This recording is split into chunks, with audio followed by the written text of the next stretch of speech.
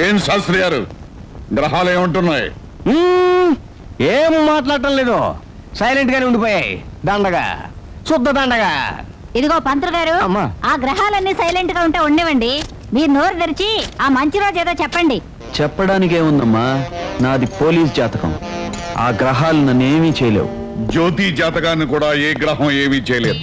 భరణి నక్షత్రంలో పుట్టింది, ధరణి నిలుతుంది. టీచర్ జాతకం. అవునండి, ప్రస్తుతం నాదే డేంజర్ జాతకంలా కనిపిస్తోంది. పాస్ట్ ఫ్యూచర్ కూడా మీరే ఫాస్ట్ గా చెప్పేసుకుంటుంటే ఇక ప్రజెంట్ లో ఇక్కడ నేను ఎందుకు వచ్చినట్టు? ఊరికే గంట వాయించడానిక? దండగా, శుద్ధ దండగా.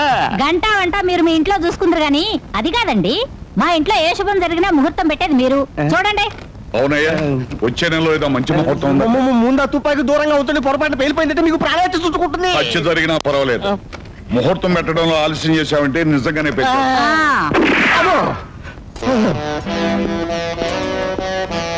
రేపే ముహూర్తం ఉన్నా కూడా నేను రెడీ. చెప్పండి. ఇక లాభం లేదండి, దండగా నేను వెళ్ళొస్తాను. ఏ ముహూర్తం పెట్టడం మర్చిపోయావా? మర్చిపోయానా? నేనా? మరి ఎందుకు వెళ్ళిపోతానంట? లేకపోతే ఏమిటండి ఇది? ఈ ఇంట్లో నేను తప్ప ఎవరికి వాళ్ళే దర్జాగా ముహూర్తాలు పెట్టేసుకుంటే నేనెందుకు దండగా? నా పాండిత్యం ఎందుకు దండగా? అది కాదు పంతులు గారు, పెళ్లి చేయాలన్నా ఇల్లు కట్టాలన్నా మీరు రావాలి, ముహూర్తం చూడాలి. అది కదా సాంప్రదాయం. అవును. మంచి ముహూర్తం చూడండి. అమ్మా దండగా, రేపటి నుంచి ఆషాఢ మాసం వచ్చేస్తోంది. ఏ శుభకార్యాలు తలపెట్టకూడదు.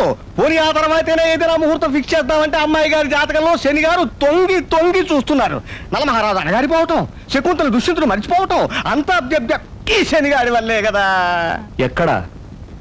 ఎక్కడా శని? ఎందుకు? ఆ శని గారిని కూడా కాల్చేయడానికా? దండగా, ఓ 2 నెలలు ఓపిక పట్టారంటే తనంతా తానే వేరే ఇంట్లోకి వెళ్ళిపోతాడు.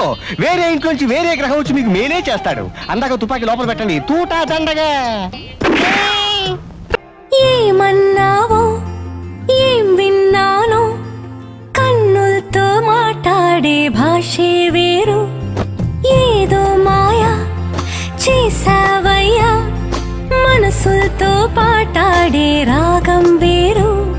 చిన్ని చిన్ని ఆసే సిరి వెన్నెల్లో నా పూసే, గుండెల్లో నీ ఊసే ఒక భాసే చేసే. గుచ్చే చూపుల్లో నా రవిచ్చే నవ్వు.